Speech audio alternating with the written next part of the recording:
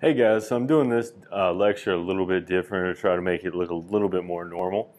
If you have any trouble filling in your guided notes to go along with this, if you can't see it that well as I record, I will be putting this keynote on Canvas so you can access it there if you happen to miss anything. But we've already talked in the previous lectures a little bit about what was happening here in the Americas before the arrival of Columbus. And so we're going to talk a little bit about Columbus, what was going on in Europe, what led to the exploration and ultimately European discovery of the Americas. So we're going to be talking basically about the 15th and 16th centuries. For those of you that need a little refresher, 15th century, that refers to the 1400s. 16th century refers to the 1500s, so always remember that. So we're going to be talking about the age of exploration, but we have to kind of back up a little bit here. And if you guys remember from the video that you watched about the sailing technology, you'll remember that the Vikings sailed to North America almost 500 years before Columbus. They reached pretty much modern-day Canada. They built settlements in Iceland, Greenland, and Canada. Some of you may know the little interesting story here, but Iceland and Greenland are actually named backwards. Greenland is pretty much covered in a sheet of ice, and Iceland is fairly green. They named them backwards so that way not many people would settle there. And then when they got to Canada, though, they ran into Native Americans. No natives lived at that time in Iceland, a few in Greenland, but nonetheless, most of the Vikings settled in Iceland. However, likely due to conflict with Native Americans, the Vikings withdrew from the continent. And Leif Erikson, that's actually supposed to be a K instead of a C, but anyhow, Leif Erikson is credited as being the first European to make it to North America. Some of you may remember the old SpongeBob Happy Leif Erikson Day. That's who they're talking about there. So, the conditions in Europe that led to this exploration. So, first thing that we have is an emphasis placed on learning and science, especially ancient Greek and Roman scholarship. This is actually going to be one of your vocabulary words. Some of you may guess it. This will be the Renaissance. But we have major growth of European cities, especially Florence, Italy. So some of you guys that may study art history in college, you'll learn a lot about Florence. That is where things like the Statue of David and some pretty famous works of art come out of Florence, Italy during the Renaissance. So developing trade and capitalist economies. So instead of people just producing small-time crops to feed their families, produce a little excess to pay tribute to the king, now we have a growth of international trade. Remember when we talked a little bit about the Crusades, and now Europeans are exposed to things like spices and goods in Asia, and they want to bring those back to Europe to make a profit. And so people start to, and especially kings and queens, start to say, hey, I need to get in on this trade action. Spain and Portugal are the first to do it, and they become insanely wealthy. Particularly in England, King James is overthrown by William and Mary. It's called the Glorious Revolution. We'll talk a little bit more about that when we start talking about English colonization of the Americas. And again, as I said before, this period during the 15th and 16th century is known as the Renaissance, which literally means rebirth, that rebirth of ancient Greek and Roman culture. More of an emphasis on science and technology, still heavily based on religion, but then looking to science to explain things. And so we switch to Christopher Columbus, and it says, following the light of the sun, we left the old world. So some of you may be familiar with that type of terminology, not really used a whole lot by historians anymore, but the old world, refers to pretty much Europe, Asia, and Africa.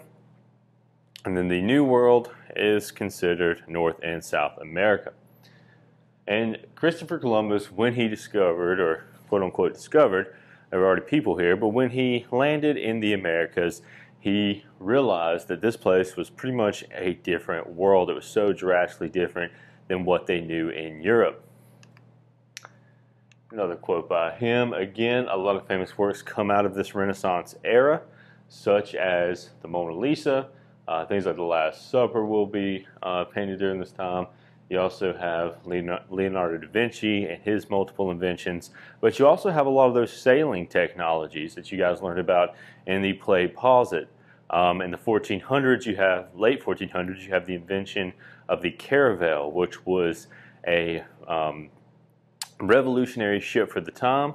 It used triangular sails rather than those big square sails, and you could sail closely into the wind, and this helped Europeans more easily reach Asia, and it helped their ships be faster and more maneuverable. And so as power became concentrated in the hands of strong kings and queens, interest in exploration grew.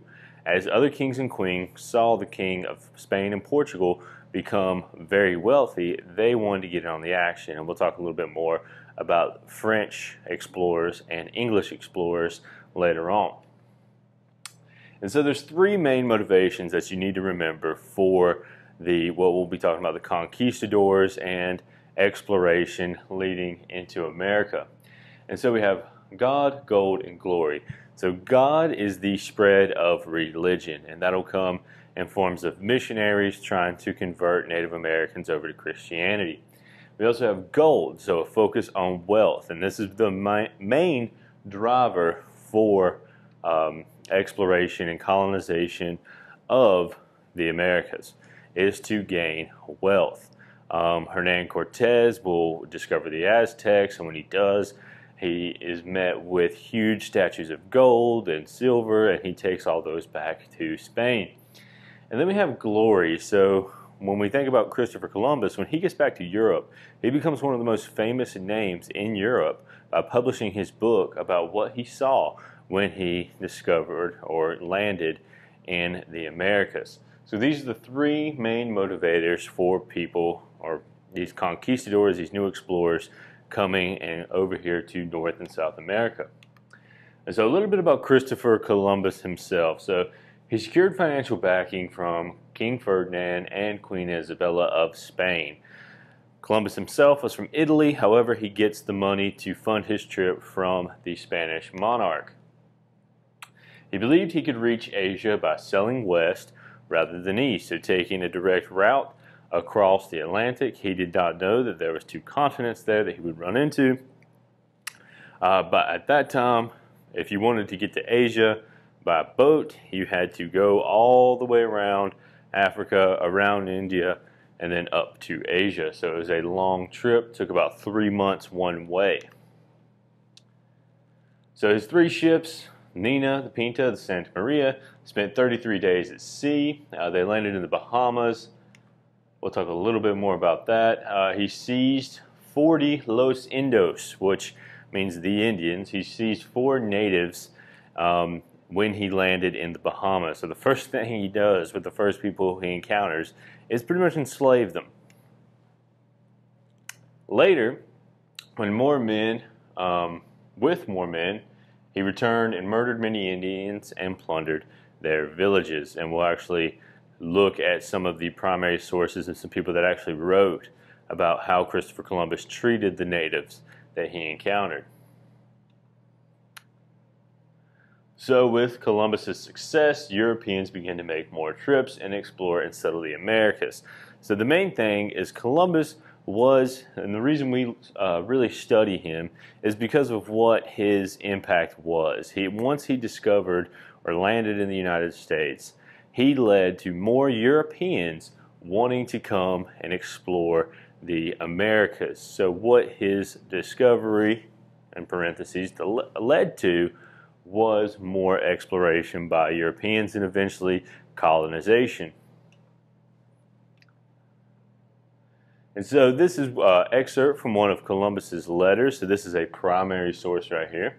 So it says, Columbus's letter to the Queen's Treasurer. Sir, for as much as I know that you will take pleasure in the great triumph with which our Lord has crowned my voyage, I write this to you from which you will learn how in 20 days, really 33 days, I reached the Indies. And there I found very many islands filled with people without number, and of them all I have taken possession for their highness and by proclamation, and which the royal standard displayed, and nobody objected.